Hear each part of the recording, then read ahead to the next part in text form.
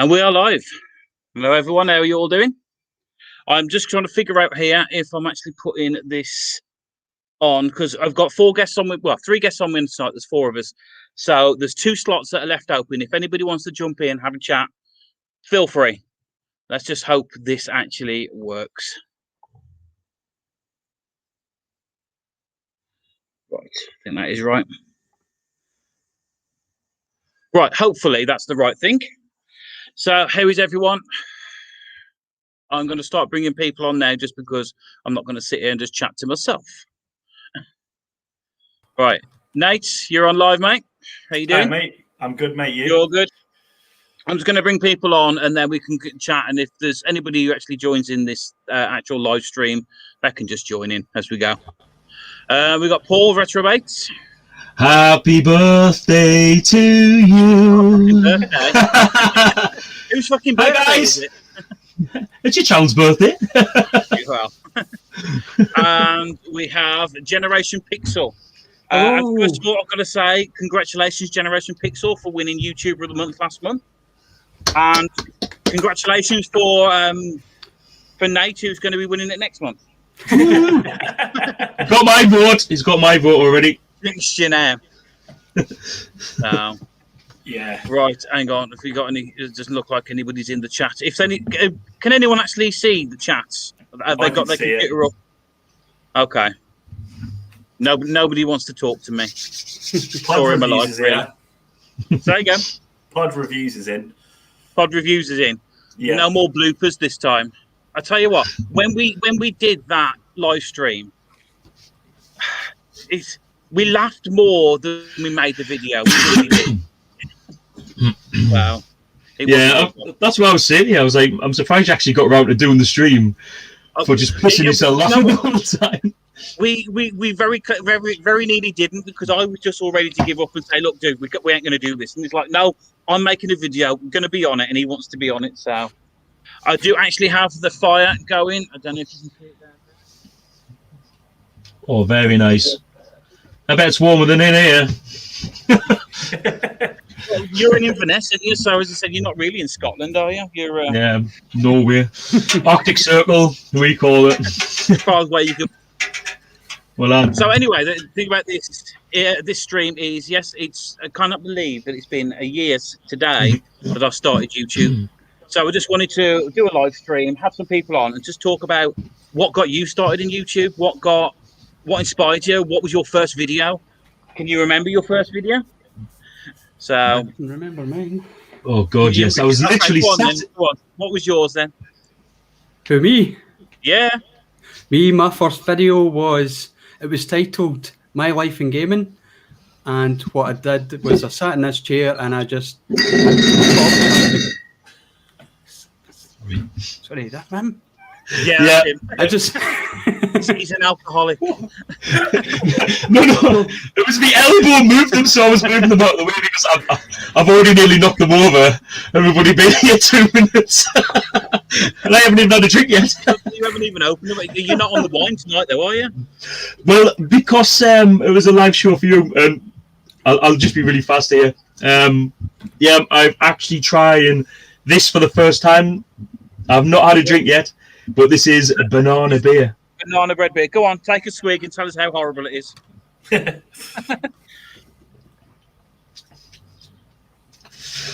it's probably not something I'd order again. To be fair, it's very banana-y, if there's such a term. But well, it doesn't cover the taste of the actual beer or whatever it is. You can still taste. It's still got that sour aftertaste. Oh, you just don't like beer, do you? I'm not a beer drinker, hence why I always drink wine. But I followed it up with them. I followed up with these 2, which is the Rhubarb Custard. I think Lee was drinking one then, Retro Chef, and he was giving it a good thumbs up. And I think you had this one as well, the Toffee Apple. So I'm hoping that they'll take this away. Lee gives a thumbs up to anything he's drinking as long as it's wet. Yeah, that's actually true, isn't it? Really. Yeah. So, right, anyway, yeah, no more interruptions from me. Honest. What was your first video before you were rudely interrupted by Paul?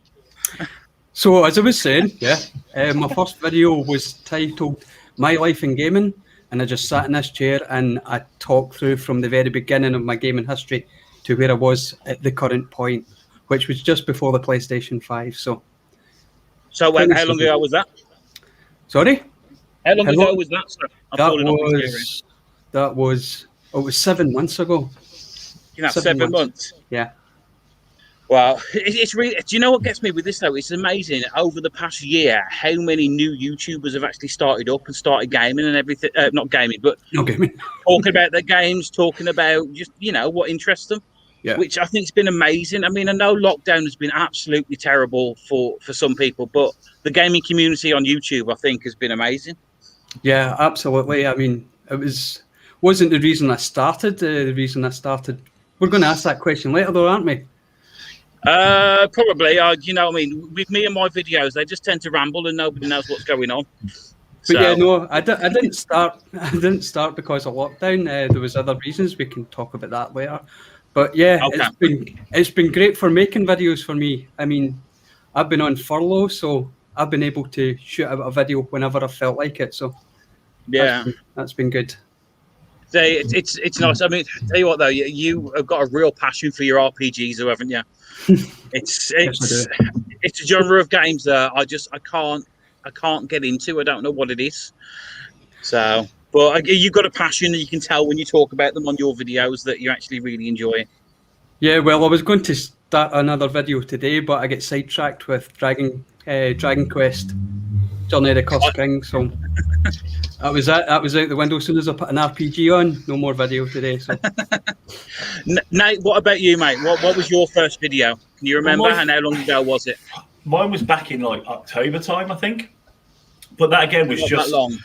No, it was just because I was doing the Twitch thing like we were talking about before. It was just about the challenge I was trying to do on Twitch, and then as I progressed through it and I got to know more people in the community, my videos completely changed, and I went to doing what I do now.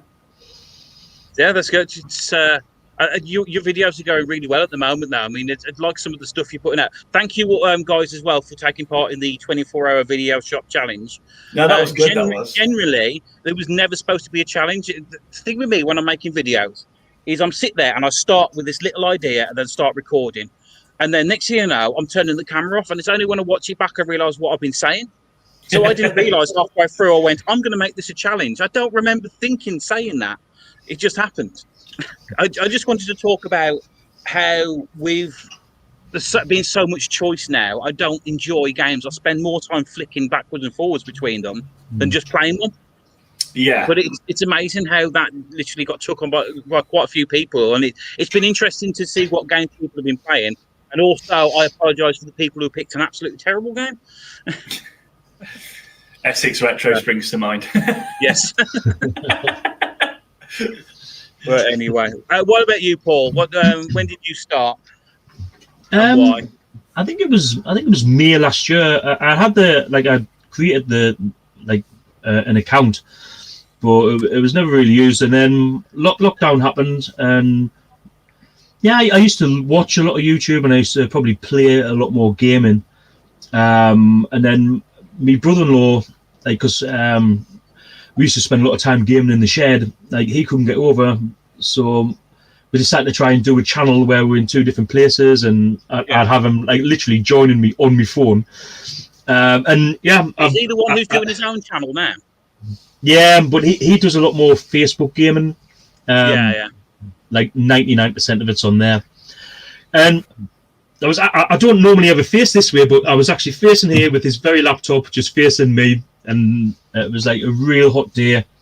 Had a Lakers top on and a pair of aviator sunglasses, and we just talked about some games and so your first video was you actually on the camera, because with me I was never on camera to begin with, and I never intended to be on camera. I don't try and hide it. The reason why I started YouTube is because I was suffering terribly with my anxiety because of the whole lockdown and having to go to work, worrying about bringing back stuff to the kids. My parents are extremely vulnerable, so if anything happened to them, there's nothing I can do to help them. It was just really piled on top of me. As I said, I showed this earlier. this. I went outside and I knocked this up, which is the tripod that I had for my first ever video, and I used this for all of them actually until I did my first fireside video. I thought you got that from IKEA. No. This was and this part was a bit of the kids' old blackboard, and I had a couple of nails and just nailed it together.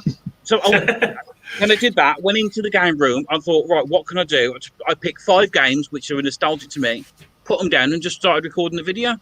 I did a couple like that with me just on the camera, and then completely by chance, what I was tending to do was go outside and just have a fire on my own, which took me out the house, and then I could, in a way, go to the pub. You know what I mean? I was sitting in the pub garden, but in my own back garden. I had a fire, had a couple of beers. I told my wife, I'm out. You know what I mean? I'm not being disturbed or anything else. I'm out. And then I just pointed the camera at itself, and again, just started talking. And next thing you know, it turned into a video. Then it turned into a fireside video, which then became a thing on the channel. You know what I mean? The fire was never intended. I thought that first video, nobody could see me, but the response I got from people saying that it was such a good atmosphere and everything else, that I've continued doing it. It was just said the fire's still here, and there's another one down on the screen. You really love your green screen, don't you? Who, me? Yeah. Yeah, I love my green screen. I can't have a fire in the shed. It just wouldn't work. You could have a fire in the shed, but you'd only ever have one. Yeah. I would be crying pretty much the whole way through. Let's have a look and see if we see anyone in the comments. We've got Pods here. Pods is the guy that I did the video the other day, which took an awful long time to record because we couldn't stop laughing. Hey, Pod. So, VHS Bootleggers, Retro Ed UK. Hey, on a Pedro. retro trip. Hey, Pete. And there we go. We've got a retro Lee. All in. Continue plays. How you doing, mate? Come on. Hang on, going down a bit. Here we are. Yeah, got. Hi guys, brilliant to see Very many kind words. Yeah. Guys, if anybody wants to come on, as I said, I will put. There is a link somewhere in there. I'll put it up again. There's 2 spots left if anybody wants to join in. We've got Retro Bear as well. How you doing, mate? I haven't spoke to you for a while. The bear. He's been doing an awful lot of YouTube shorts, hasn't he, of late? Yeah, I've been watching it. I was enjoying his Commodore 64. Yeah, he's done a couple on the Commodore 64 recently as well. So you hear Commodore 64 and you'd watch anything? Yeah, pretty much. So yeah, I've been catching up on a few of those videos recently. It's so hard to catch up on everyone's content. I just don't get enough time. Yeah, agreed. You fully intend to, but it just doesn't happen, does it? Really? I really hope that's the link to that. Sometimes I'm kind of watching them at like 1.25 speed. Do you know what I mean? So I get like 2 videos in instead of 1. But if you're going faster than that, it depends on whose video you're watching. Well, if you're watching Big Game Owls, it's just tat, shit game, tat. Really good one at the end. Right, anyway, we got questions. I've already said that one there. What was your first video? I've already answered half of these already. So there you go. Do you know Planet Retro? Talking about him. Well, I do now because this question's been asked quite a few times. Yeah. So I'll leave it to the other 2 lads to see if they know, because I do. I definitely know. No, I don't know. No. Big Game Owl is going to be sad. Is it? Yeah. Right, that actually takes me on to a different point now, because you brought something up. I didn't put it into the comments. Is how important, or how did it make you feel getting the first ever shout out?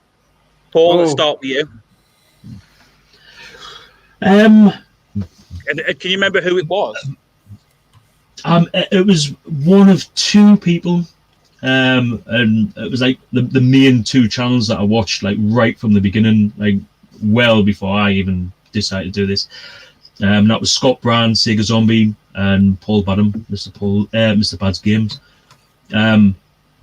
I think it was both of them actually within like quite a short period of time. But it was awesome because it's guys that I'd watched for maybe like a year beforehand. So Yeah, it was quite an exhilarating feeling. I must admit, it was good. There was definitely a bit of good feel-good factor going on there. So yeah, I was really buzzing about that. I was, and it's something that it sounds really bad, and I always think about it after I'm finished. But I always think, I should have done some shout-outs or something like that. But I don't write anything down. I just go for it.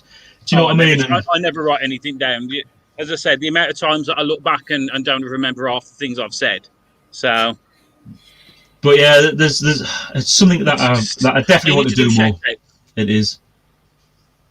So, Generation Pixel, what about you? Can you remember who shouted you out first, or what was actually like? Yeah, I remember the first person to shout me out was Lightsaber Samurai during a live stream. And I mean, I wasn't aware that he even knew who I was. I mean, yeah, he's not that's a weird thing, isn't it? You don't really think of them as just normal people until you talk to them and realise everyone on YouTube, no matter how big or small their channel, are just normal people. That's it, yeah, and yeah, it was quite a shock. I won't lie, it was quite a shock to hear my channel name, but not coming from my mouth. So yeah. Nice feeling, wasn't it? It was a very nice feeling. And a bit of recognition, really, isn't it? I suppose. And it's the same, even if it was to happen tomorrow again. It's the same feeling again. It's really totally strange that way, yeah. So I remember actually messaging you saying, "Would you like to be can I nominate you for YouTuber of the month?" You're like, "Me?" But, why me? Hey, you wouldn't. I must admit, I was the same. I was like, "What? Are you mad?" Yeah, that was pretty much the response. I keep saying this though. It's really annoying because Lee nominated us, but couldn't tell everyone. If you know what I mean. And I was thinking to myself, okay, if I get nominated, if I win, who would I pick? And I was going to pick you, Paul. And then next thing you know, he announces it, and he's like, shit. Hopefully I'll get another shot at it, but do you know, for me, like as I've said before, like it wasn't about winning. I suppose I've got to say that is because I didn't, but like the how rapid the channel grew in that your month channel just took off. I mean, crazy. I just gone past the 300 sub mark, and looking at yours, you gained like 100 subs or more through that whole thing. So I think it was like 232, and now that was only February to the end of March, and now on like over 400. Yeah. Well, so I wanted. My goal was I wasn't setting goals out to begin with, but the closer it got to being like today, the year that the channel's old, I was like, well, it's close enough to 300 that I can push it. I mean, I don't with my videos. I never say like and subscribe or everything else. I just don't. I mean, that's just not something I'm ever going to do on the channel. But when it got close to it, I thought, well, I'm just going to put a couple of messages out, try and bump it up over the 300. And now today I'm at 320, so I don't know where the hell that happened. Wow, man, that's well done. That. What about you, Game Shack? What about your first shout out? Can you remember who it was? Yeah, it was Geordie Slasher. Was it? Good guy, good guy. Yeah, it wasn't lovely guy, Mark. I started doing sort of pickup videos. I think I put a pickup video out, and I'd just commented on one of his. So he checked me out when he'd subbed, and then he messaged and said, "Look, I really want to give you a shout out on my next pickup video. Is that all right?" And I was just like, "What? Me?" And then, He's got great etiquette, hasn't he? I mean, I've never asked anyone's permission. I never even thought about it. I didn't know you had asked permission. Yeah, he just said, "Is it all right?" I was like, "Yeah, of course it is. Go ahead." And then it was just like, like everyone else has said, it was like a bit of recognition, and it was like really good. And even the ones after that, they all felt the same. Like nothing's ever changed. And with me again, I think it was probably Sega Zombie the first one. Me and Sega Zombie, Scott, have met up twice at the past revival festivals.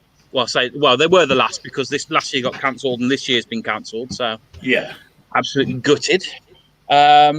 But yeah, it was somebody that I watched, and then I met him at the revival, the first one, and I wasn't doing the channel. And the second one, I was thinking about doing a channel, and it was just like, yeah, you should. He was like, yeah, you should really do it. You should really, give it a go.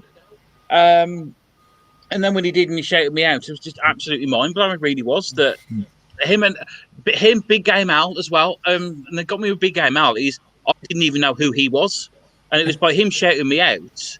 Then I checked out his channel, then found out a load of more channels, and it just keeps snowballing from there. Snowballs, doesn't it? Yeah, totally. Crazy. Yeah, it's definitely that. Like when Generation Pixel messaged me to say he wanted to nominate me for YouTube of the Month, I was like genuinely shocked. Have you got the right number? Yeah. Do you know what I found hard about that nominating people for YouTube of the Month? Is you had to contact them, and a lot of people, I didn't know their numbers or anyone on Facebook or stuff like that. So I was like leaving messages on posts. I've got a question for you, Si. Can you please contact me? I've got something to ask. What? You don't have to name any names, but did anyone ask you to nominate them? No, not one. Good. Did you? So it should be.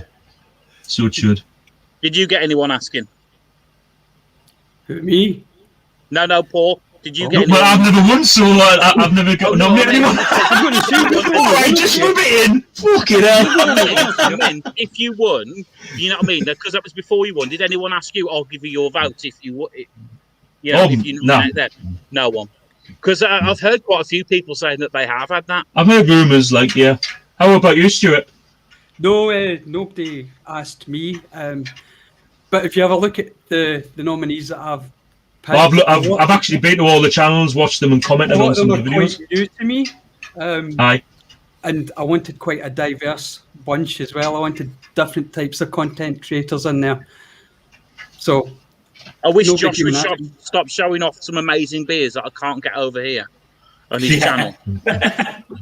Although every time I look at one of his videos and he's got that little clip from the Skull advert, I want to send him some Skull. Oh, the Skull! Yeah, but it's Skull. He's got a Skull advert. I think I messaged him about that. I was like, oh, mate, I says, on your intro, there's like a part of it's like a beer advert for Skull back in the UK. And he's like, you've no idea. Obviously, he's been messaged so many times about it. But, yeah, good intro. Guarantees never drank it. So, I mean, there you go. There's a channel that I would never have ever found. I would never have found that channel. Never. I was actually thought he was the only one out of the 5 you picked, other than obviously myself, that I knew of. Was drinking games. I'd already been following him. Yeah, I did. Yeah. But he was 3 other great channels. Yeah, it's a good bunch of channels and it's quite diverse. So I'm looking forward to seeing the final result. How far are we away now? We're not too far off the end of the month, are we? I hope. It's getting closer to it's the 19th. Yeah. Right, I'm trying to look back up here of where. See, this is the problem you have as well, isn't it, Paul? When you're doing your videos, I can tell that you completely lose track of where you've got up to on the messages, and then you're scrolling back through trying to find. The problem for me, like during the quiz, is like whereas now we're talking, and then when I'm not talking, I could be scrolling through. But I'm always talking because I'm reading the questions. Yeah. I don't get a chance to turn off through the whole thing. Really, the only chance I get is like the picture round, and I've only just made that into a Game of Stranded's in. Hello. So yeah, that's the only time I get to switch off, and it's for like 1 minute 3 seconds through the whole thing. So trying to read the comments, the questions, it's pretty solid. Like, might have to have a co-host. Do you know how did you manage to do the ones where you click it off and then it plays the music? Did that take you a long time to get that sorted?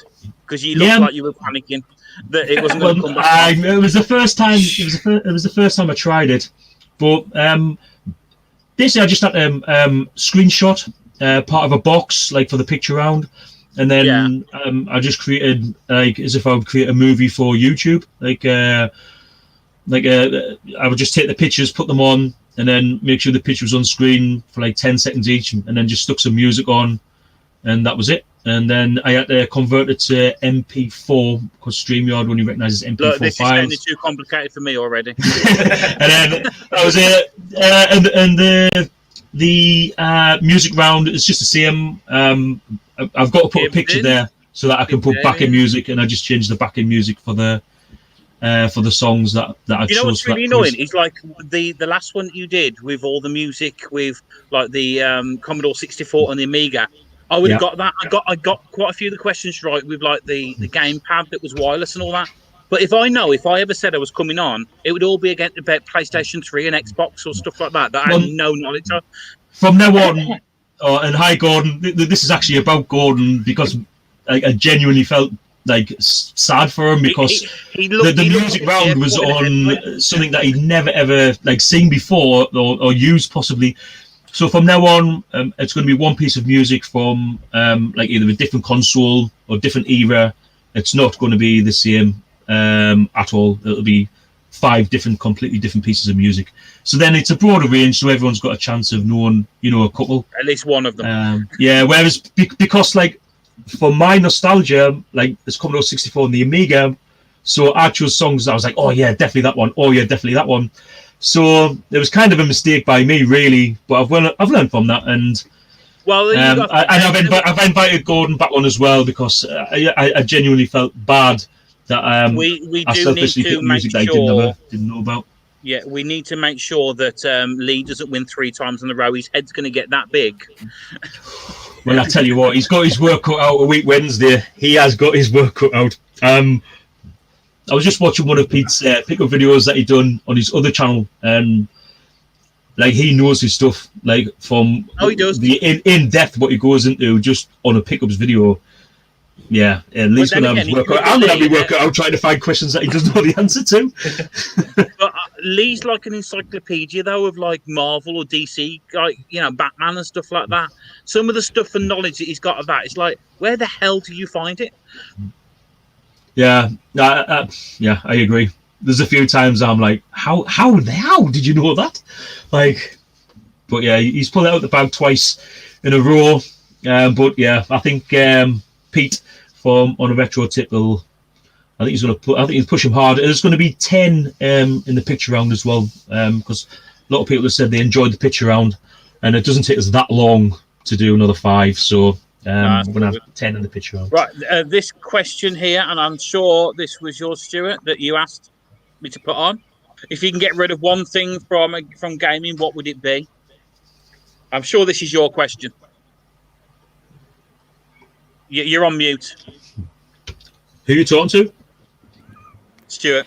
Yeah. Oh. Yeah, I'm back on. Oh. Yeah, it's my question, and yes, certainly one thing I would get rid of from gaming would be the internet. Now I know we're all sitting here. I know we're all sitting here on the internet, on YouTube, and having a great old time. But I think the internet has destroyed gaming, especially when you think when you think of the game developers that will release a game that is fundamentally broken from the start, and they need a day 1 patch and then a day 2 patch. That was going to be my answer to this question. How big was the patch on Tony Hawk's when it came out? Oh, what, 1 and 2, the remake? Yeah, no. But on the flip side, what about when games have been released that, like say, RoboCop on the Commodore 64, and it was impossible to complete because they'd made a mistake in it. Whereas if it had the internet, you could have possibly patched it and. Yeah, but you would just get another tape. Those are all Send another tape to you back then. I think the thing. I guess so. Who can RoboCop anyway? Yeah. Solid. No one, not on the Commodore 64. Not if you've got that version that doesn't work. Look, not even the Commodore 64. Try the Amstrad GX. I quite like the Amstrad. Oh, mate. I've done a video on it. Can you not remember? I was so bad. It's a beautiful looking game. Honestly, it's really pushing towards 16-bit. But playable wise, it's just an absolute dinosaur to control. When you're talking about the internet, do you know what I really hate is the fact that you can't do like couch co-op games anymore. Yeah. When they released Micro Machines and you couldn't play couch co-op, that is taken away. The best thing of Micro Machines was sitting next to your mate on the sofa. Half the time, you had that option where you could both share a pad. You know what I mean? So you could still play it. Even the Game Gear had that. And to look somebody in the eye as you deliberately ram them off the table on the start is better. I can honestly count the amount of times I've played online on one hand, like against. I don't think I have. I'm not an online gamer.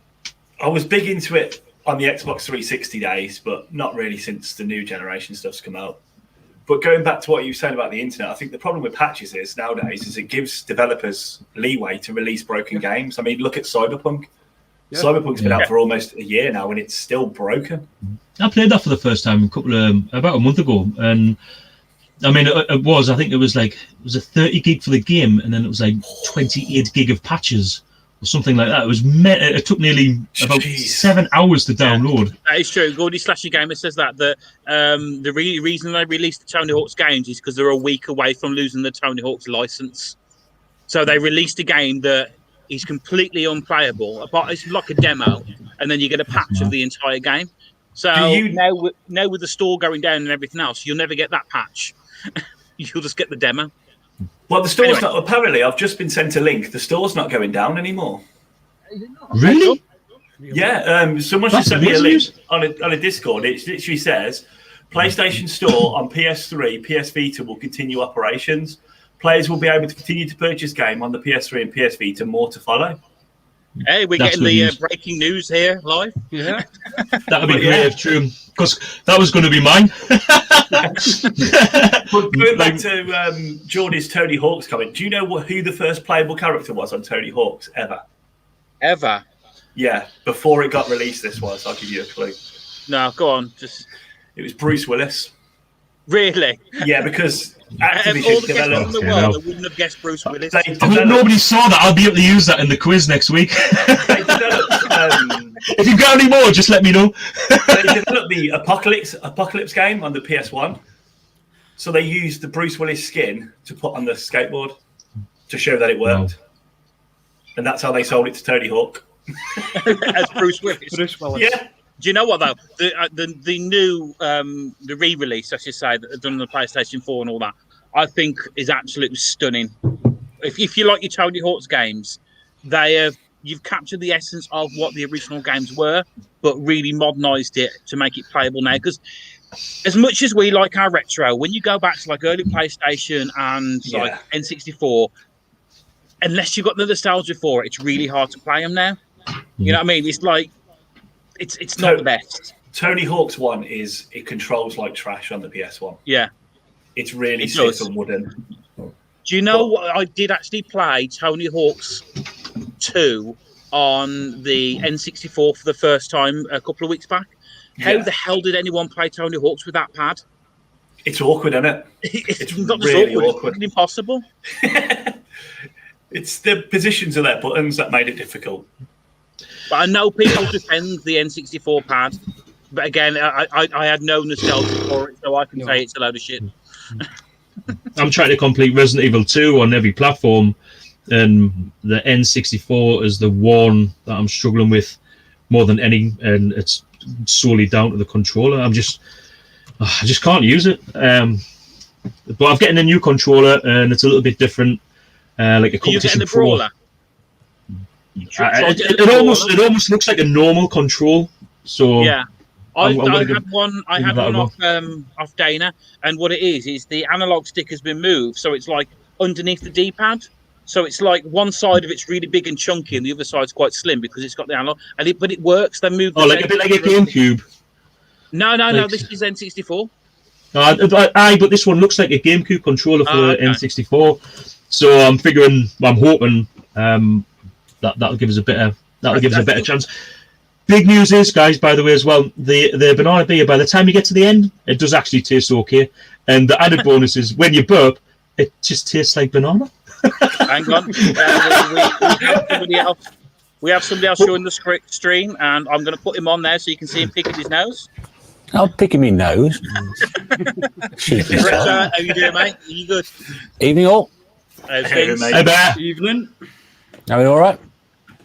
Yeah, all good. We're going to go back to the questions.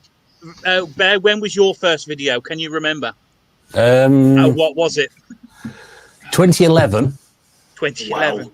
Wow. But I didn't do any. I did gameplay for a month, and then after that, I didn't do anything for 7 years. It was a Commodore 64 game, but I can't remember which one it was now.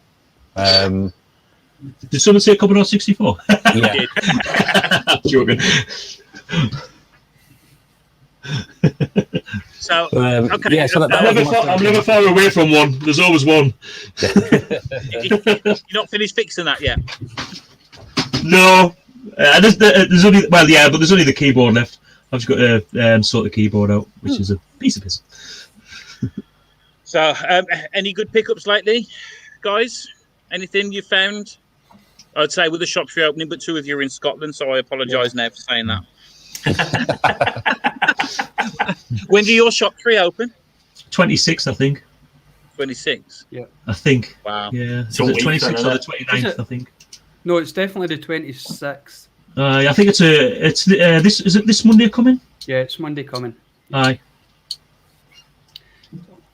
So, Retrobert, how has the whole thing about this video was just it being a live stream because I've been a year on YouTube. How has the past year been for you on YouTube? Ups and downs. What's been the highlights, lowlights? I don't think anything's really changed, to be honest with you. I mean, I suppose it's been more difficult to sort of put content out because everybody's been putting content out. I mean, a lot of you guys have started fairly recently. So, I mean, a lot of people having. And I mentioned earlier, so I was watching you earlier, and you sort of talk about how you got started on it, and I think a lot of people have sort of picked up channels and started to go and do their own thing. So, yeah, you're just trying to put a content which appeals to people all the time. I mean, I wouldn't say it's about the same as normal, really, for me. It's just putting out the sort of content which you hope people are going to watch. And have you figured out how to do a shorts properly? What, sorry? Have you figured out how to do the shorts properly yet? Because the last time I saw you was making them over a minute and shooting them with the wrong aspect ratio. I'll do my own thing. We can see by the wall of we behind you. Yeah, I have now actually decided to conform to how things are actually done, and I've started doing them in portrait and keeping them a minute and less. So the last 4 I've done have been a minute and under, and in portrait. I tell you what though, the one who I think has nailed the shorts is Press Start Gaming. You know what I mean? Yeah. Danny, when he does them, he's like, shit, good, bad, crap, bye. Yes. That's it. But he even gets his intro in there. But the whole purpose of the shorts is I don't think it was designed to sort of do something like that. I think it was maybe like, sort of TikTok style skits. And most people, when they do the short sections when the game runs on, like mine anyway, you sort of like saying, this is this, you've got a minute to get under with it. And it's not quite, I think, what they were asking for, but they've been very successful. I mean, 2 of the ones I've done, one got 450 views and one got the last one I did yesterday, 750. Really? Wow. I don't know I should have done that as a short when I was doing the CEX £1 challenge, but literally I wasn't planning it. I was just in there going, that's an awful lot of pound games here. I should just do a quick video. But the looks you get off people when you start recording in a shop. 13 for £1 though is a bargain. Yeah, you're not meant to do it in the changing rooms though. It depends what you're filming and who you're filming. That's what it is. Yeah, very true. Right. I mean, your hairstyle, if you did time, you wouldn't last very long, mate. I tell you, in the prison. That's what his last says. Anyway, moving on from this. What is your favourite console and computer and why? Let's start with Nate. You haven't spoke for a while. Everyone keeps butting in. Well, I think this one's pretty obvious for me. The PS3. It's only been my favourite in the last sort of 3 or 4 years when I picked one up. It used to be the PS1. I was a massive PS1 fan. And I missed the whole PS3 because I had an Xbox 360. And then I picked one up. It was cheap in CEX one day. And I loved it. The exclusives on the PS3 are immense. Yeah. I played. What's your favourite games? Obviously, The Last of Us, Uncharted. I love that series. But I found some I know the hidden gems were on some of them across platform, but Enslaved Odyssey to the West, that was such a good game when I played that and I experienced that first. So I never hear anyone talking about it. There you go, Geordie. Enslaved, I'd say, is a hidden gem. No one ever speaks about it. Dante's Inferno I played. That was really good. The Infamous games are really, really good. But I just like what Sony was doing, especially in the PS4 era when it moved on. They took, going back to what we say about getting rid of the internet, they really honed in on the single player experience. And that's what I like. I don't want to sit and play Call of Duty. I want to enjoy a game and escape. And I'm finding so much stuff on the PS3 every week.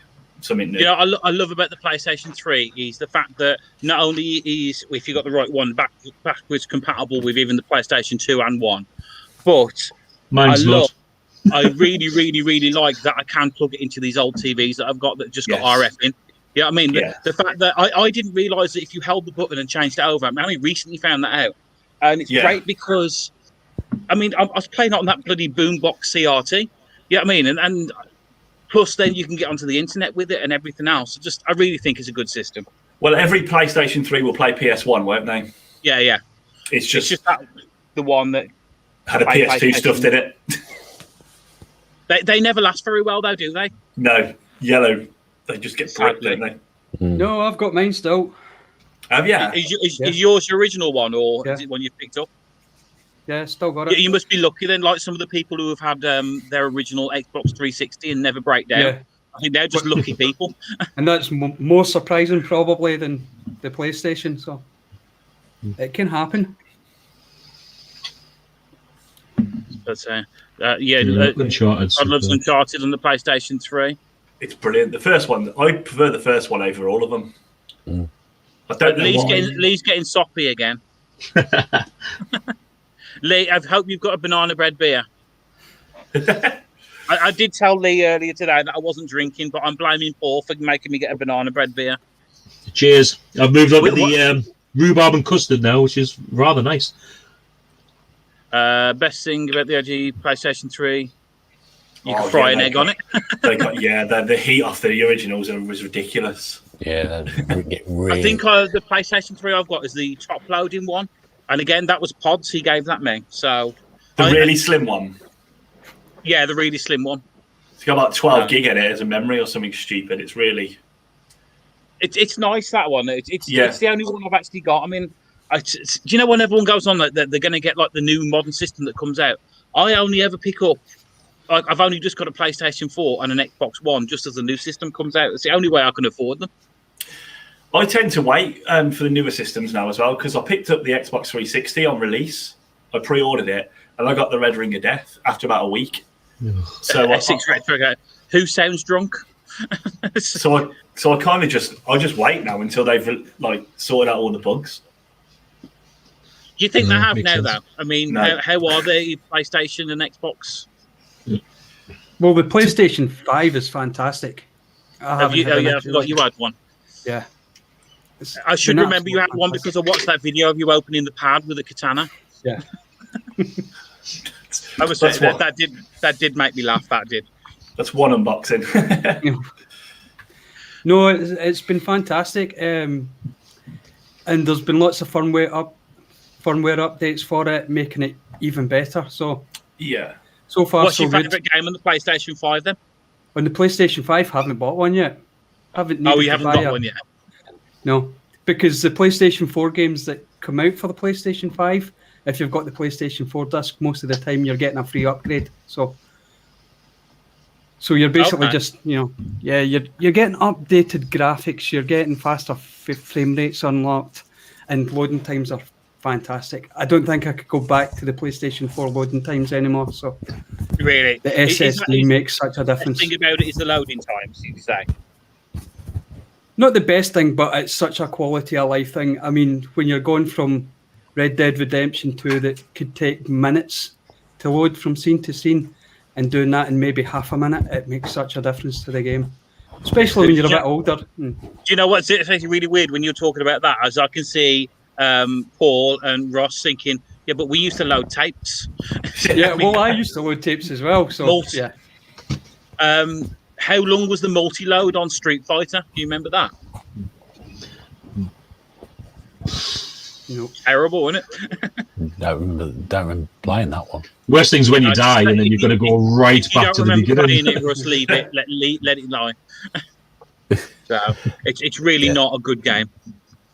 I played a couple recently with chronic multi-loads on them. They're absolutely terrible. And you sort of sit there and wait for it to load, and then actually play the game itself, and you play the next section for maybe 2 minutes, and you sit there and wait. And I'm all about doing things the old way, but sometimes you think, is it actually really worth it? And as Paul said, once you die, you've got to rewind the tape to the correct point or take it out. Yeah, I can't be bothered doing that.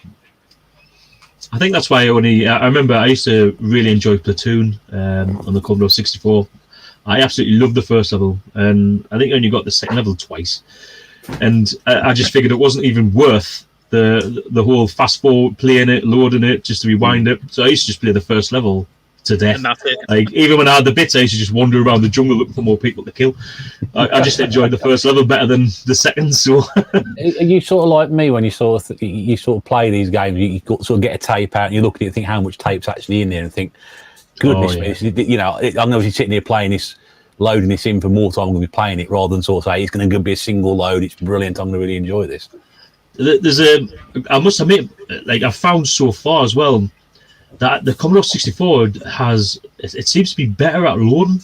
Like, there's definitely more on the spectrum for me that it sees it's loading and then it just plays through and it just doesn't load in the end. Yeah, it might just be the system I've got, but like, I've sorted the heads and everything, but it just seems to be like a higher failure rate for me. But the Amstrad's pretty solid. Like, that's pretty much a 100% loader.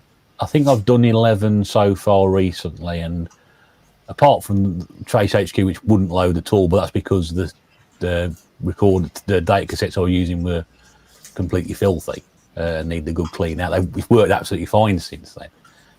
But I seem to find a good reliability on it. Yeah, I find the tapes aging seem to be more reliable than what 3.5 floppies are.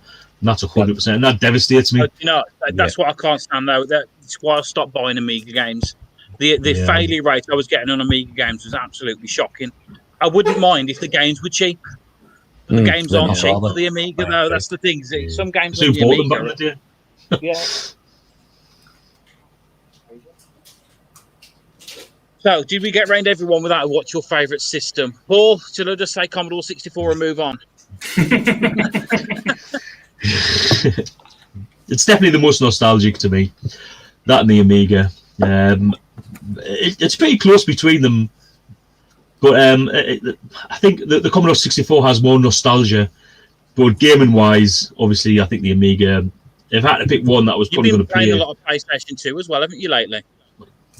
Well, yeah, because me little boy's into Lego Star Wars and Lego Indiana Jones and Lego Batman. So the good thing about him being on the PS2 is that is actually PS1 compatible. So I've been able to complete Resident Evil 3, Alien Trilogy. What is it about the Resident Evil games though that you really like?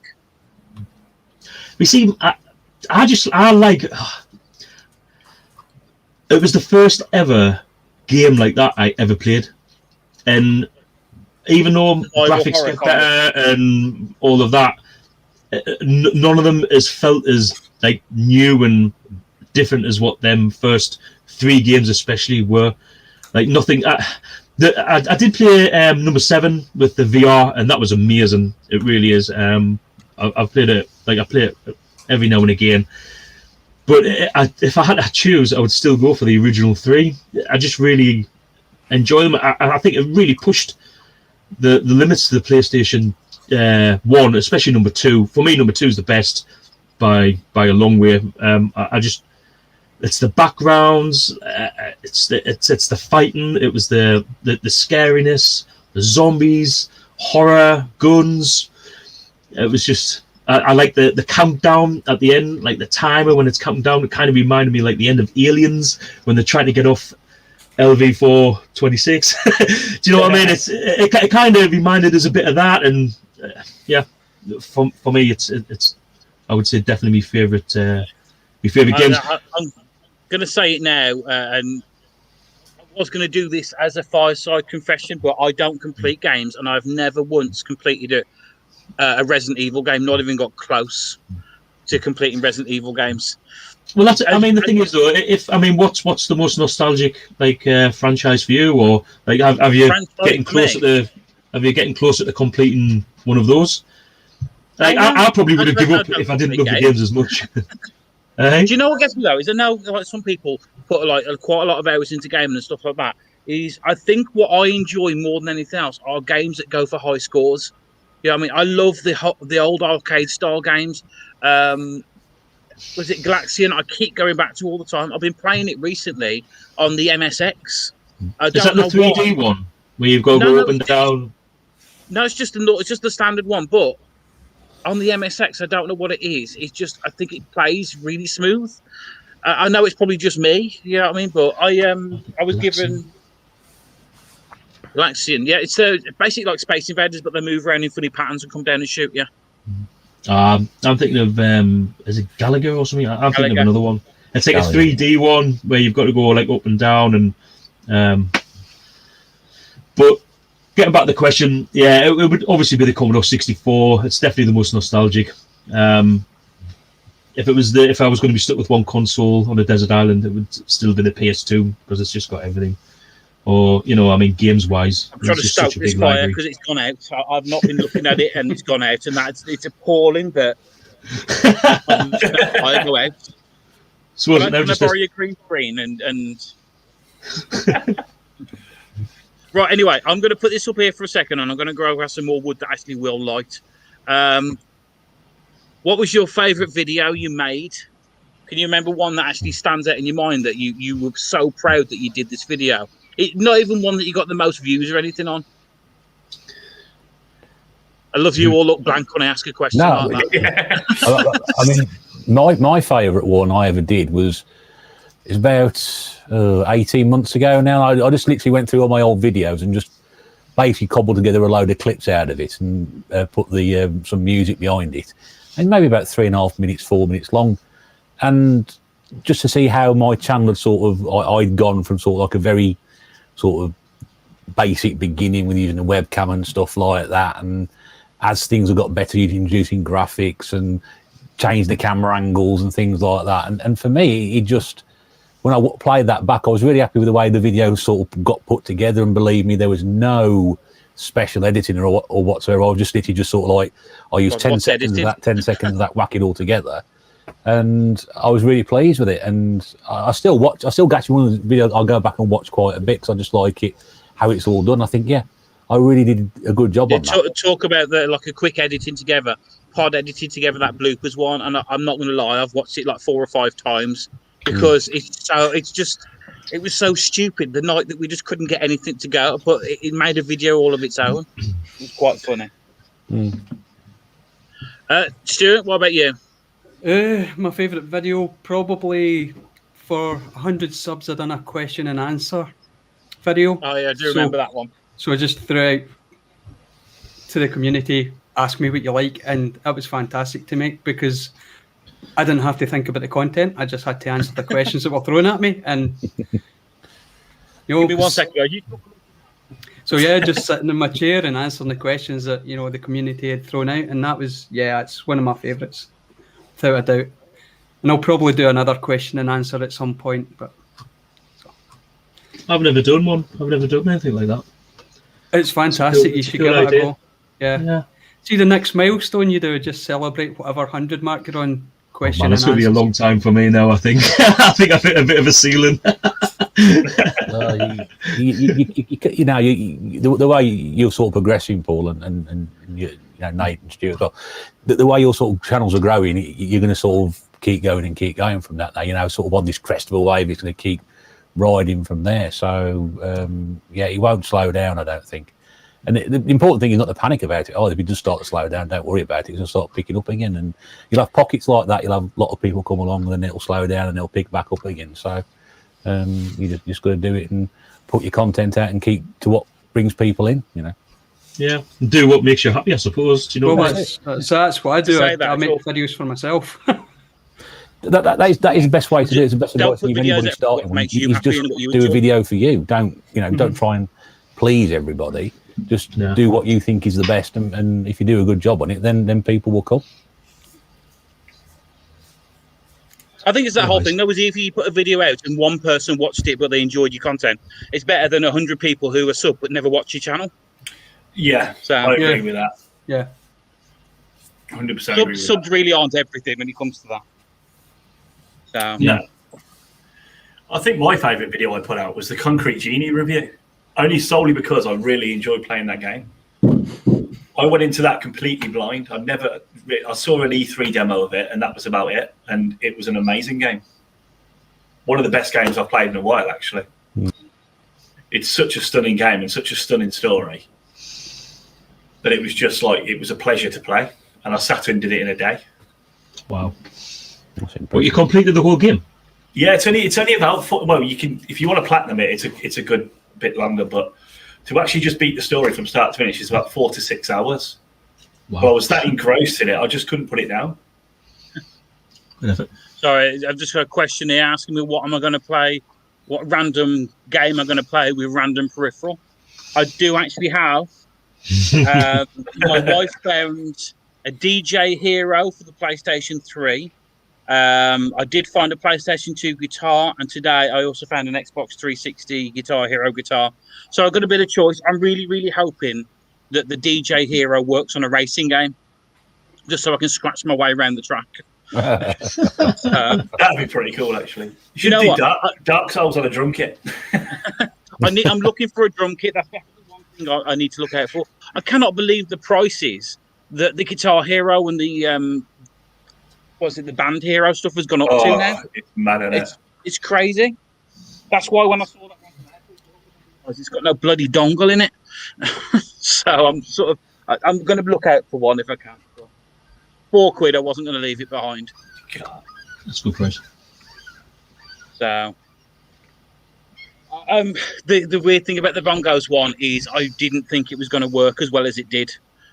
But when I watched that video back, you can clearly say I'm bashing to hell. I've never seen anything like this. I've never seen anything like this. I think I said that on the comments. I'm like, I've never seen anything like this. I mean, the bongos are the greatest peripheral ever, as far as I'm concerned. I mean, they look the Fisher mod's not bad for the Dreamcast. I've got the ideas. They look great. They feel great. They look as if they've been, someone's actually put a lot of thought, care, and attention to making them. I just love them. I think they're brilliant. Really do. Yeah, but who's got a plane going past them? Oh, me. I live right next to a hospital. Okay, I was just looking up. It's the main hospital in the Highlands, so they look after 300,000 people from that hospital. So it's got quite a big. Oh, yes, just reminding me. I do also have a dance mat. I did try Soul Calibur with a dance mat. Trust me, nobody needs to see that. You need to get some pom-poms, Si. Do you know what? I'll leave that one for you. That's a very special video, that was. Brilliant. That's be done. Right, laugh that. Although it looks like a really, really crap game. Yeah, it is. But you can't help sort of like get sucked in by it, and by the end of it, I really wanted to hate it and think, this is going to be just for shits and giggles, basically. But no, actually, I was quite enjoying it by the end of it. And I probably would have carried on a bit longer, but that was enough as it was. But yeah, you don't want to admit that to too many people. I was just amazed that the outfit I ordered didn't arrive in time for it. So, Gardenia Plays, I have to say, because I saw your link to that Bongos video and putting it out there. I was supposed to leave a comment on it, and I completely forgot, and then I couldn't find the video that you put. So thank you for linking that, and I'm glad you enjoyed the video. So, what's that one? Dance mat playing COD of... Do you know what's really weird about the dance mat I've got, though? Is, again, it doesn't go left or right. I don't know what it is with the GameCube. It's like all the peripherals and everything else will go in every direction, do all the buttons, but won't go left or right. So when I tried Mario Kart and it just kept going straight into a wall. Do you think the dance mat might be broken? It's got like 2 buttons in the middle and then one at the side. So it's like you're supposed to, I don't know, play 2-player or something like that. I'm not quite sure. Sports game for the Wii. So I don't know. I've got the box for it somewhere. I saw that it had a GameCube plug on the end of it and thought I'll give it a go. Right. So, what have we got? Any of you guys got any questions for each other? Go on, my brain stopped working. I was going to say, like, the favourite video I done was the top 10 favourite SID soundtracks, music. You got a lot of views on that, didn't you? Well, I think there's like 300 or something like that, or maybe 4. It's somewhere around there. But I just, because I had to like research and like, 'cause I didn't know in my head which order they were going to go in. I had to listen to them quite a lot, and I found music that I didn't even know existed. So it was a learning experience as well. What's that say? I'm sure you enjoyed doing the research for that. I did, and I can honestly say it's took me that video has took longer than any other to make, just simply because I couldn't decide which way around to put them. And if you ask me now with that same 10, I probably wouldn't be able to put them in the same order as what I did in the video. It's just how do you choose? It's like choosing your favorite child, isn't it? It's just you just can't. So it changes a lot. But that was my favorite bid for sure. Has everyone answered that question? Seriously, getting the wood, I've lost track where I am. There's nothing there. I think we all have. So, yeah, and you guys get any random questions to ask? No, you're going to sit there looking blank. I didn't realise that come I should have done a bit more. Do you know what's really weird when you do videos like this? You can sit there backstage talking for ages, and the second the camera's on and live, you're like, shit. But What was the last game everyone bought? What new? Or Man, just, Any? What was the last game that you paid money for? Out of everything? Grand Theft Auto 3 today. Yep, I seen just that. brought Pac-Man 2 on the PS3 today. Pac-Man Nice. 2. Yeah, I didn't even know it existed. Kick-Off are you 3? actually going to play that football game? yeah, Kick-Off 3. I didn't even know there was I didn't even know it went past 2. I had 1 and 2 for the Amiga, I think, but I didn't even know there was a 3. Yeah, I don't think it's meant to be very good. What's that Yeah, I was football game never a lover of Kick-Off 1 and 2, really. Oh, I love Kick-Off 2. I preferred Sensi on the Amiga, and Kick-Off 1, I think I was still into Micro Pro Soccer back then, just for the banana power. Just about to unsubscribe, Paul. Hang on a second. What was that football game that looked like it had Donald Trump on the front cover? It was on the Super Nintendo. The what? There's a game that looks like it's got Donald Trump on the front cover. It's a football game, and it's a goalkeeper, but it looks like Donald Trump. I'm not making this up. It really does look. Fucking hell. Oh, When you find out the answer, though, let us know, Si, and I'll keep that one for the quiz as well. I'm going to get loads of great questions from here. Was it Super Soccer? I don't know. I can't remember. Hang on, I can tell that Nate's looking now quickly. I can't find anything that looks like. Oh, it could have been International Superstar Soccer. That looks a bit like. I was going to say Hogs of War. Great game, Hogs of War. That's a great game with Rick Neal Malloy. at his finest. Yeah, he's brilliant in that. Such a good game. How about you, Stuart? What were you saying? We've got. It's called Super Soccer. That's got Donald Trump on the front. That's what I was thinking. Yeah. Super Soccer. I'm not lying. It really does look like Donald Trump. Dreadful Oh, game. right. That was on the SNES, wasn't it? Terrible game. It does actually. I'll give you that. Done a bit of research. What? I've got a classic today. What's What'd that? you get? Spy versus Spy. Ooh. Never played it. Is that the original one, or is it one of the spin-offs? It's number 2, the Island Caper, but this is on the Spectrum. So never played it on the Spectrum. How many spin-offs did that game have? I think there's 4, is it? 4. There was 3 on the micros, but there was one came out on the PS2, I think. The Really? PS2 I think was a standalone game, but Something about that, yeah. I think there was the original Island Caper, Arctic Adventure or something like that. I think it was. Aye, that was number 3. I had that on the Amiga. Great games. Yeah, quality game. When I say it was £1 plus postage. If you guys could have a quick question, then. If you guys money no object tomorrow, what would be your favourite console, computer, arcade? What would you love in your collection? Money no object. Let's start with you, Stuart. Ooh. I would have an original Space Invaders cabinet. Nice. Do you know what? I really like arcade cabinets alone, just like for one game. Yeah. Oh, What about the that's a rest of good you? I think I'd have the Turtles arcade machine. Turtles arcade. We're all going to go arcade machines. I am now. You gave us the money. Yeah. Yeah, if I've got the money.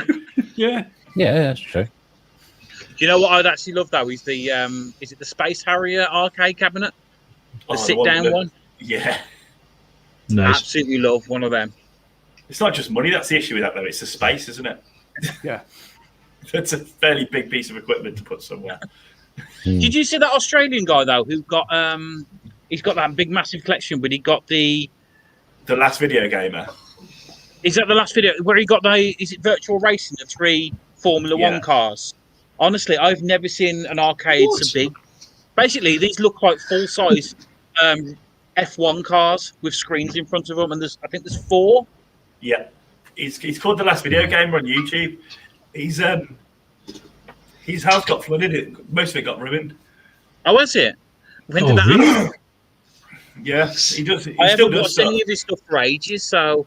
Yeah, they did about a year ago. So his arcade got absolutely trashed. You know what? I am genuinely gutted that there's no troll turned up in the actual comments tonight, because I really needed to thank them for all the support that they gave me over this year. Jordy's here. I tell you what, though, Paul did say that I wouldn't get anyone in when he's here, and it's happened twice now. So Well, it's going to happen now, isn't it? You're basically saying you haven't got the balls to turn up tonight, have you? So, but they have though. It's that whole thing. It's like when we were talking earlier, laughing and joking about like the thumbs down.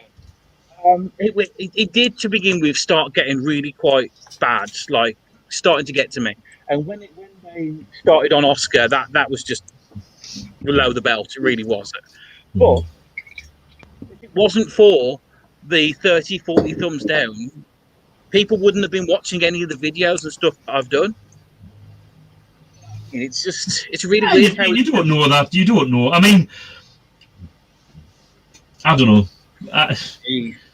I know a thumbs up is as good as a thumbs down or thumbs down. That, but what it was is people were looking at the videos thinking, why are you getting 40 thumbs down? You know what I mean? Then they started watching it and everything, so... Yeah, I guess so. Like, see, because I was watching before that started to happen, really. Like, you know, as it did, and so, like, I just... it didn't make any difference to me as a viewer. I don't even remember when I started watching your channel. It's really weird. As you were saying before, there's so many people out there that it's hard to actually keep track of who's actually, you know, what videos have come out and stuff like that. I haven't got the time to sit down and just watch everyone's content. I skim through it as best I can. I think that's... I find that's the best way to watch my videos. And then just skim through it. So... Nothing relevant there at all. You know. Oh, he actually is. Hang on, where is it? He's got a banana bread beer whilst watching. Good lad. I just don't know how he ended up having so many. He tried it once, the next thing you know, he's buying 12 of them at a time. I must admit, like, by the time you get into the end of the bottle, like that aftertaste's gone. It tastes nice. So yeah, I might actually get some more. Looks like I'm actually getting a fire back. Hang on.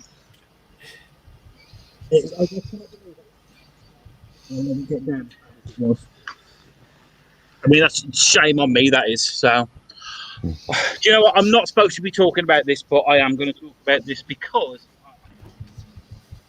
Paul knows what I'm going to talk about now. So, yeah. Oh, I do now. Yeah, all right. Or do I? Yeah. No, I do. Yeah, because I said to you, are we allowed to mention this? And you were like, absolutely no, do not say anything about it. Because people aren't going to see. People aren't going to see what's actually happening. But I'm talking to a friend of mine who does homebrew games, and there is going to be a ginger hippie homebrew game made for the Commodore PET, VIC-20, and Commodore 64. It's weird that you're still in the CPU system. Of course, in a couple of the screenshots of it, and how does it look so far? Yeah, I think it looks pretty cool, actually. I'm quite jealous. I'd love a game like that. It's just really weird. I just got talking to this guy, and it was like he's done a couple for The Future Was 8-bit. He did the cheese game, the cheese something, Mouse and Cheese. It was on the Commodore 64. No, the VIC-20 that won an award. So he's the one who's doing this game for me. Will I be able to get a copy for me me homebrew bit that I do? Because I'm hoping that comes out on tape so that I can give it a go on the He's going to get a physical copy. Nice. I look forward to reviewing that.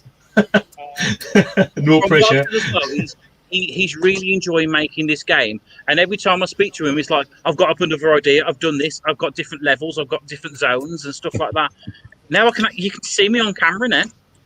I thought I'd come up with a great idea today, and you were like, "Yeah, so Ian. All right, okay." I was probably buzzing, and I was like, "Oh, that was the first thing it could have been." But yeah, I can't believe that there's actually going to be a game. I'm really looking forward to playing it, to be honest. And the fact that it's coming out in physical on tape and it's going to be cross-platform, I think it's just going to be amazing. You too. And no day one patch. Really, really good. Yeah, really no patches.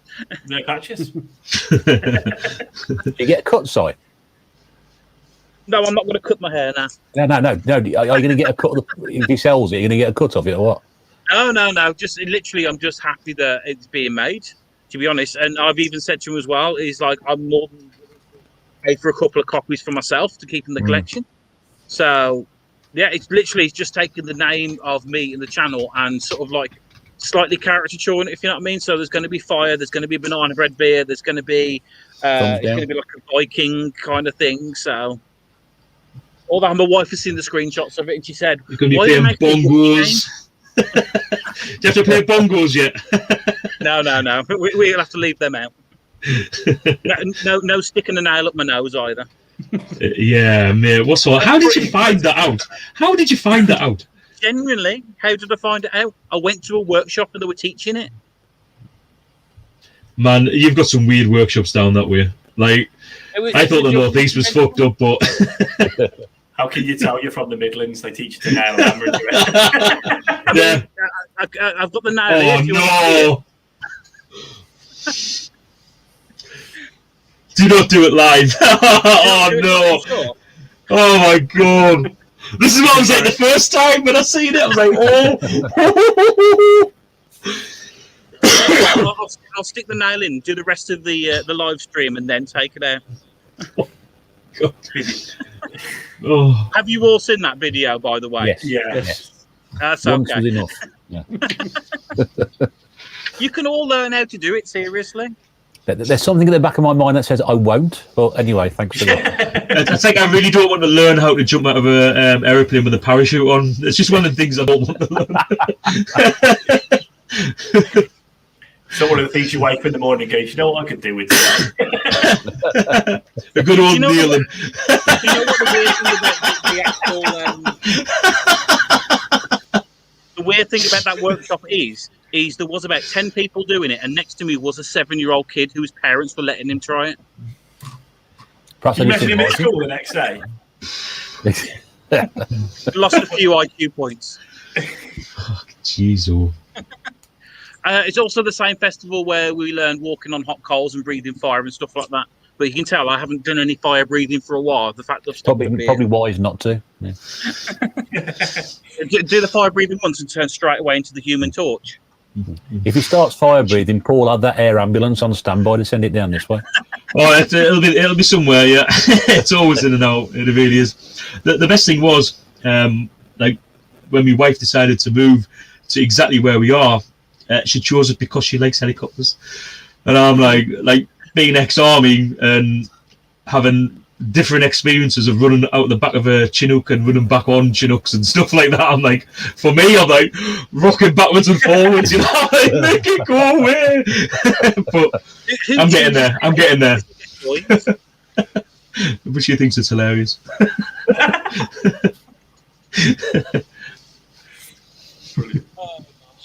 Right. We should probably wrap this up anyway because it's getting darker here. This fire is.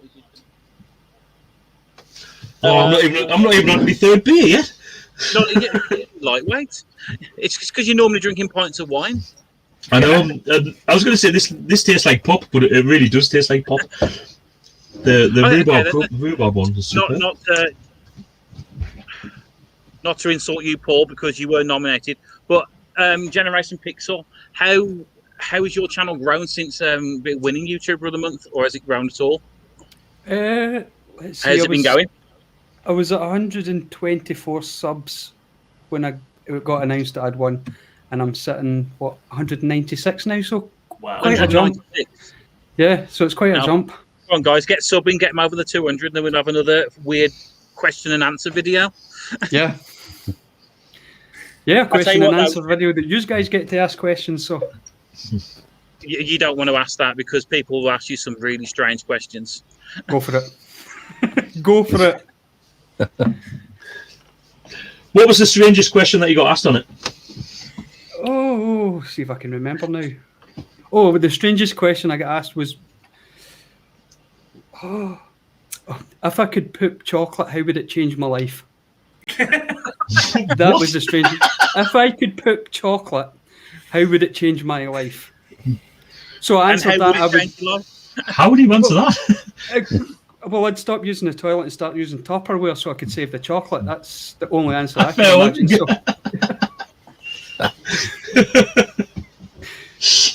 So, you've got some very strange viewers of your channel then. Most of them are American, so yeah. How did that come about that? How have most of yours been American? Is it just subs? I have no idea. Because I'm sure I've gained quite a few American subs through watching your channel and you doing the video response to the 24-hour video shop challenge. Yeah, no, when I had no Americans watching before. No, my first subs were all American. And quite a good community, just like us over here. I mean, they're always commenting on each other's videos and hosting events like us, so it's just opened the world up. I have to ask though, how many times do you get asked, were you on Games Master? I did get asked in the Q&A.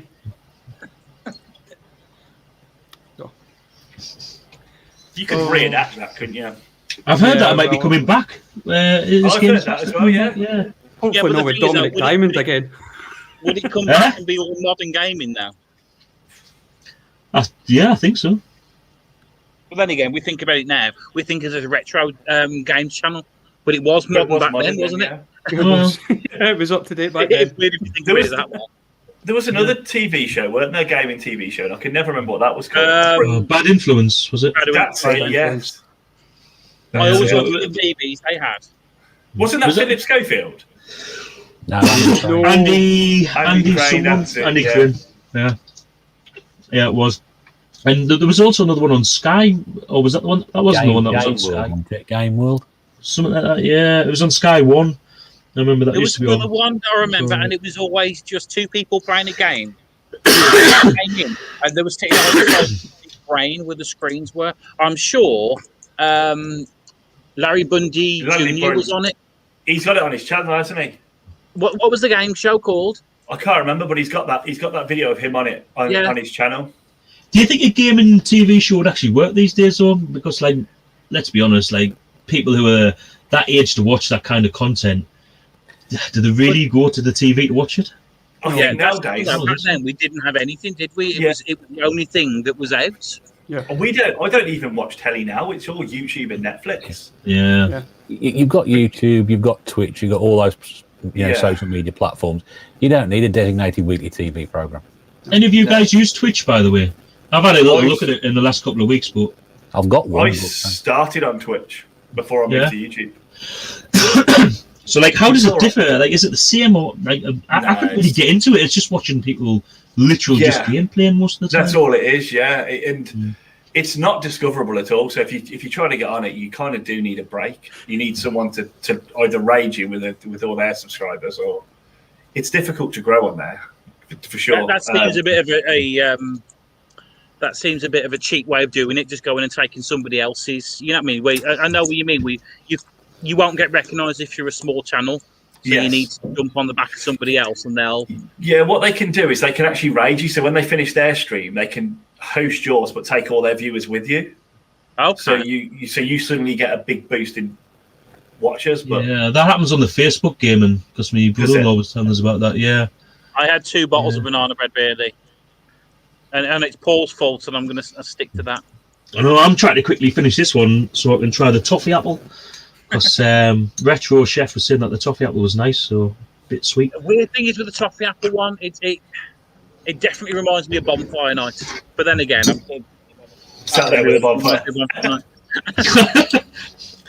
Maybe it's bonfire night at yours. It is, yeah. It's weird how that actually happened though with the fire. I did speak about it a bit earlier. I was never ever planning on fire being part of the channel. I was never, planning on anything. It was just coming on the YouTube, talking about what was interested to me. And it's weird what things have picked up and become part of it. Like doing things in one take. Doing things in one take only came about because I didn't know how to edit.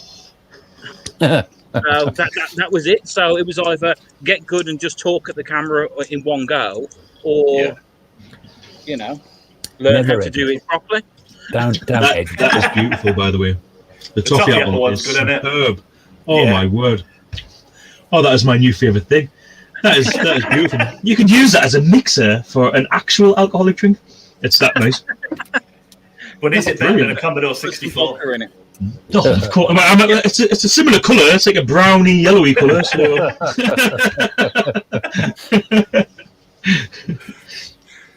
Yeah, saying that about the one take, I think that's what threw James off the other day. Sorry, when I say James, Pod, I still call him James. He was paranoid that we were going to do it in one take and he was going to mess it up. So that's why he kept saying, let's stop, let's do this, let's do that. And that's why we got the fucking blooper reel. So. You not edit then? No. Not at all. The only time I put anything together is when I've been in the Commodore corner and things like that, where I've got little videos I need to link together. But what I do, I just sit in front of the camera like I'm doing now, and I just talk, and that's it. I don't cut out bits and pieces of it because why bother? This is what people want. You being natural. I think that's where a lot of my videos come from. Where I said, "Oh, I've dropped something on the floor again." It's like I always drop something. I never intend to, but just. Mate, I'm always knocking stuff over and dropping things and things falling out of cases and whatever, but I don't give a shit. That's the way I am. That's the way I am. That's to me, people always say, I always say to people, the best way to be, if you are the same in front of the camera, you're on YouTube now and you actually meet people in real life, that's how you should be. And it's exactly the same. I don't want to be, slick cutting jump cuts and things like that. I understand why people do them. I'm not dissing that. Don't get me wrong. I understand why people do that. But to me, I can't be asked. If this is me, this is what I do. There you go. I have to. Just with being in the shed, there's so much noise. Yeah. The day I had dogs and that. Oh my god! As I was saying to say, if I could make a blooper reel of just the last video I've done, like it's got to be like 5 minutes long of me going. So, but I used to, but now I don't know. It just seems a lot more people have dogs because of lockdown, and they can't be asked to walk them. They must be just in the gardens because the barking and shit. I did have to. Well, it wasn't an edit, but I had to. I was like 15-20 minutes into a video, and it was going really well. And then Oscar walked in and just went, "I need a poop." I got to start again. No, getting around that. So it's just. If you go back and watch some of my really old videos, the phone rings in some of them, and I'll just leave it in. I thought I'm not going to cut that out. I'll just make fun of it, wait for it to finish, and then carry on. The doorbell rang the once, and I sort of made one of Gernaldino's videos, and I sort of said, "Bloody hell, he's turned up to get me," and then so I just left it all in. But it happens, and it's more natural that way. So yeah, absolutely.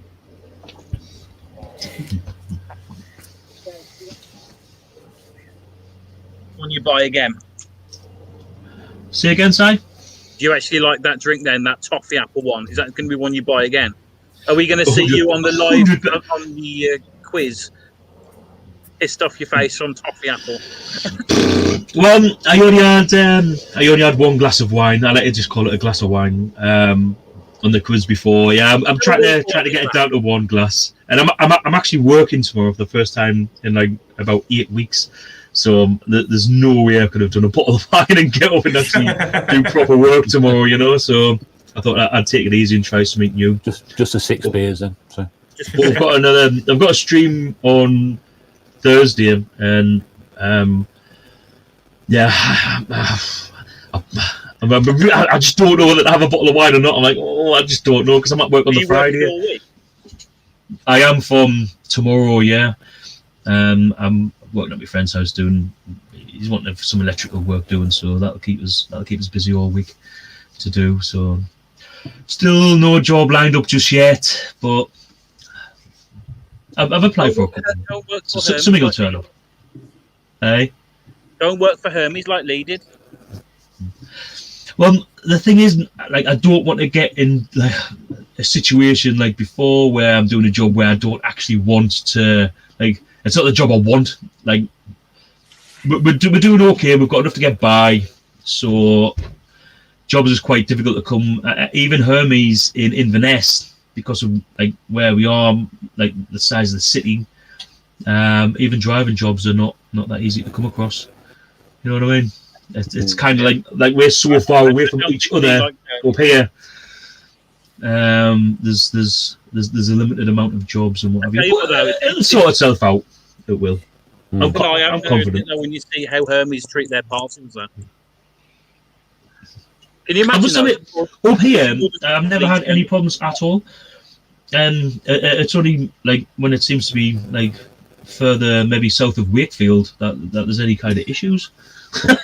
Honestly, like when I've used them, Hermes drivers into exactly, yeah. Seems to be okay now, though. Yeah, they should stick the cooking with microwaves. It'd be much better. I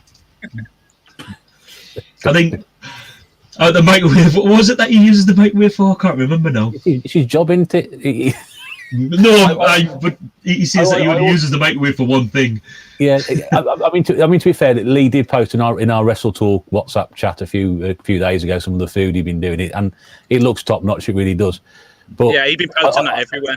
I just couldn't resist typing after he posted those pictures of the food, saying you can do really good food in the microwave nowadays, can't you? Just to wind him up. I like winding him up. I think the two things I do in the microwave is reheat my cup of tea about 2 or 3 times because I literally can't get a cup of tea without it going cold. There's always something or someone. I've got 4 kids. So, and then scrambled egg. I cannot make scrambled egg as good in a pan. It's got to be in the microwave. It just works every time. Tell you what, we're all taking the piss at Lee, whatever else, but he's doing a great job on Swap Shop. And it was the first time I actually went onto a panel like this with other people. I did do a live one with LKG, but when Lee brought me on, and then afterwards he's like, no, you got to come back again, you got to do this. And it's like, really is a big part of, I mean, granted, I don't want him to get a big head, but... No, I enjoy the Swap Shop. I think it's must viewing for me. Even our last hours every other Sunday between 2 and half 11. Between 8 and like 11 or half 11 or. I mean, they're getting longer and longer. I think it's a 3-hour show now, but I love it. I'm glued to it. I really am. It's not only the swapping, but like the crack's good. Do you know what I mean? Like, there's a good bit of banter, and it's good to see people talking, and like they always come across like certain subjects, and you know, then they just break into like a conversation. It's totally natural, and I think it's must viewing. I find it really helps. You can watch Country File at 6 o'clock, the Antiques Roadshow at 7, and Swap Shop at 8, and by 9 o'clock you're ready for bed. It's great. It's getting like Raw though, isn't it? It started off at 2 hours, now it's 3 hours. It'll be a WrestleMania weekend soon. Ever knew you were Wrestle fans then? No, I mean he does a great job on Swap Shop. It really is good, and it's great that so many people come out every other Sunday to support it. So keep going, Lee, mate. You're doing a fantastic job. I think, but when I looked the other day, there was at least 50 people viewing while I was watching. 53. So I don't know if I went higher or lower, but just I remember glancing, I was like, "Wow, that's pretty decent." The fact that he's got that YouTube channel now, not YouTube channel, Facebook channel now, means you can actually look back and see what people have got. the hardest thing I found before was like trying to watch back and see, oh, did I miss this? Has somebody got that? Who's trading this and that? So, it helps on the selling side as well, because you can go back and see, who wanted this, or do you know what I mean? But no, I enjoy it. I'm looking forward to really grateful for that Game Gear, though. I mean, I've been playing quite a few games on that. I was in like an EverDrive for it. But I'm thinking I'm enjoying more just putting one game in and just playing that. That Donald Duck game that I got from Scott. Oh, yeah. I'm glad I opened it up because that's a stunning game. What put you off the other kids, Si? Just don't. I know you were saying, you didn't. Yeah, I was going back. I just don't think it would ever get used. No. I just don't. I mean, how often do you use yours? Probably exactly. 2 or 3 times a week, I would say. Rarely. It's normally when I'm in here, and I'm just sorting some stuff out, or I'm waiting for something. Then I'll flick it on and have a quick glass. But I've only got 3 cartridges. But I've already pre-ordered the Codemasters one. Ink Northerner put a link on the group chat to the people who actually sell the Evercade or make it, or so I pre-ordered it there. It's got like Sensible Soccer on, and I think it was Cannon Fodder amongst others. And I was like, call it the Amiga games. So I'm definitely in for some of that. So I'll tell you what I have pre-ordered. I pre-ordered the Alex the Kid remake. That did actually look quite good. Because you can take it back to the 8-bit, right? Yeah, it's called Alex Kidd DX. It's coming on the PS4, and honestly, it looks amazing. And you can pick your graphics on it and everything, so you can have it back to the old school. So that was on the Master System. Yeah, the Alex Kidd Miracle World. It looks amazing. The Scissor Paper Stone. Yeah, they did the same thing with the Wonder Boy remake, didn't they? And I think you could take that back to 8-bit graphics as well. Flashback, you can go back to like the 16-bit version rather than the PS4 version. Yeah. I'm gutted I missed the Wonder Boy one. I really missed Still out. Just as hard. Are they not selling it anymore? I hadn't looked for a bit, but about sort of like 6-8 months ago, it was getting really hard to find a copy under sort of like 40 quid. Yeah, that's going to. Well, it's ridiculous at the minute. Yeah, how cheap? I would like that one, but oh well. But there's that Turtles game coming out as well, isn't there? The sequel to Hyperstone Heist, isn't it? Yeah, I read about that. Yeah, a lot of people been posting about that. You know what game disappointed me as a remake? The Battletoads remake they did. It's just terrible. I didn't play that. That came out on Game Pass, didn't it? Yeah, it's on Game Pass. It's just not good. I don't know what they've changed something. It just doesn't feel right. It doesn't feel like a Battletoads game. The most impressive thing I've seen in gaming is on Battletoads. So when the Mexican runner did that one part in Battletoads, where you're on the scooter thing and you did that blindfolded. The impossible part. He did it blindfolded. What? It's just memory, isn't it? And muscle memory. Yeah, it's muscle memory, and he did it blind, and it's the most impressive thing I've ever seen. I can't even do it being able to see. I suppose. Well, you see when people do the Mike Tyson punch out blindfolded as well, don't they? Super Mario 64 has been beat blindfolded is this now. Actually, a thing is I've never even searched for anything like that before. Yeah, it's a speed running category blindfolded. There's a fair few games played on it now. Wow, it's quite impressive to watch. New Ninja Challenge. Ninja blindfolded. Can you get that type screen? I still haven't completed them. I'm still. I'm gonna do the final scores when I complete it and see what I get. But yeah, still battling. I can get one level from the end. But yeah, there's just some I was going to do that entries. challenge, Paul. I really was. But when I kept dying at the beginning of level 2, I thought this is just embarrassing. So I turned it off. I call that the meatballs level because little girl Emily says, "Oh, I say giant meatballs," and I was like. Yeah, it is. It's just like giant meatballs. So yeah, the meatballs level. Once you figure out you don't have to kill everyone, it's not that bad.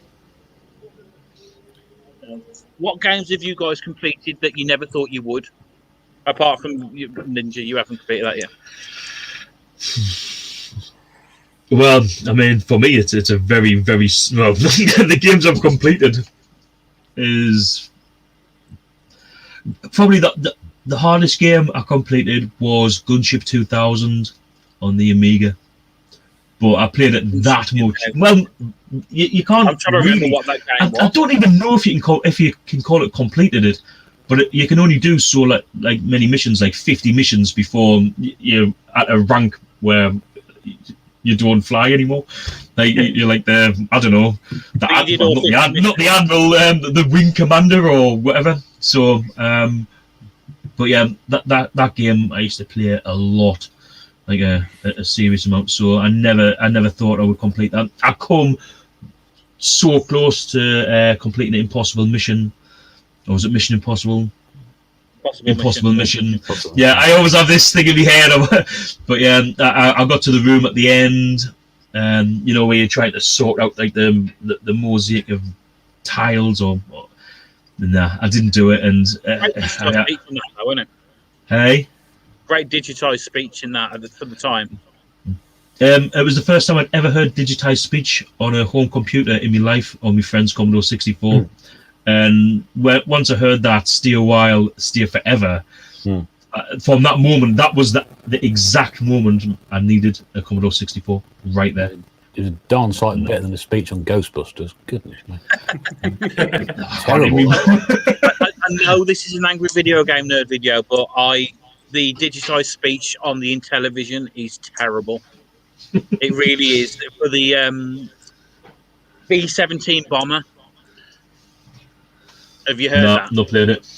You have to put the speech module in the side, so it sticks out over the side. Then you put the cartridge in that, and there's only I think 3 or 4 games that have got digitized speech on the Intellivision. But for the quality of the speech, they shouldn't have bothered. No, it's a shame.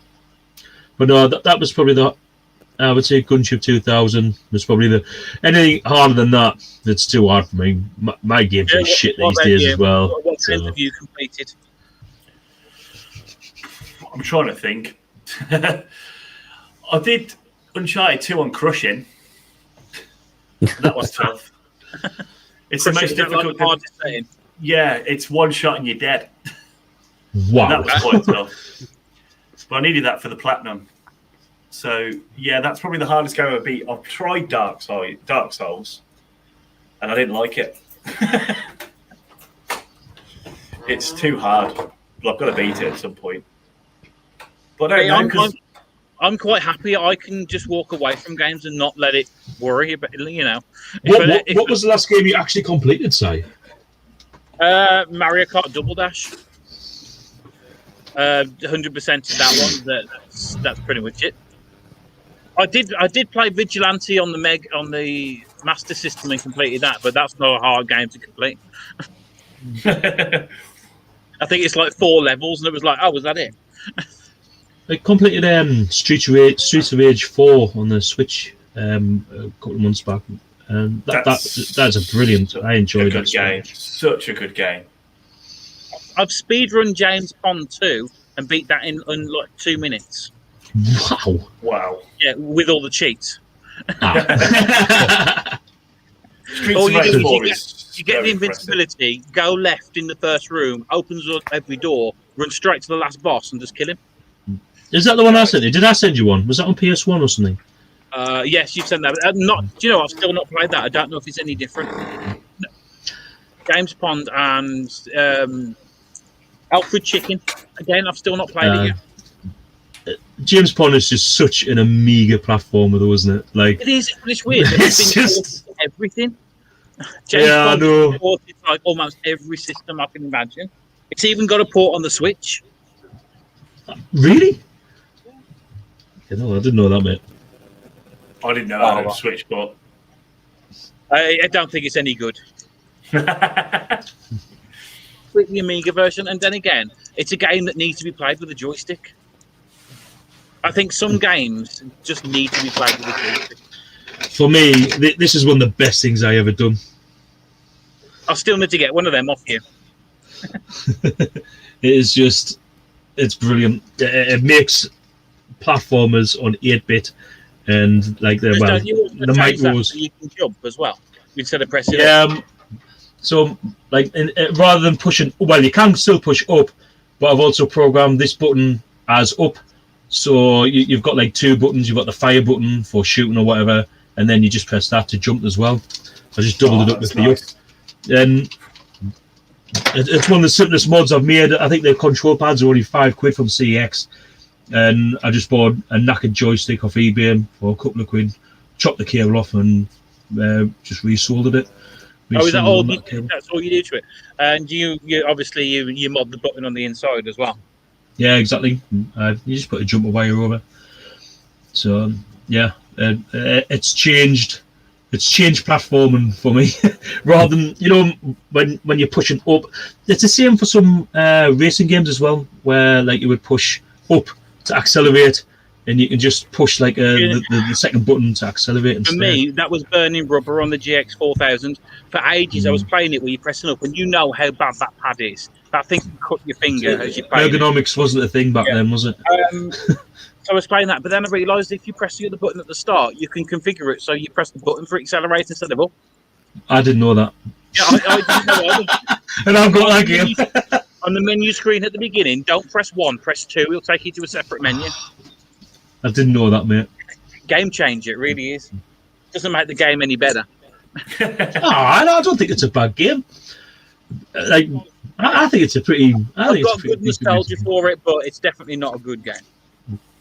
Well, as someone who's got no nostalgia, as far as it is essentially an 8-bit system, and it is.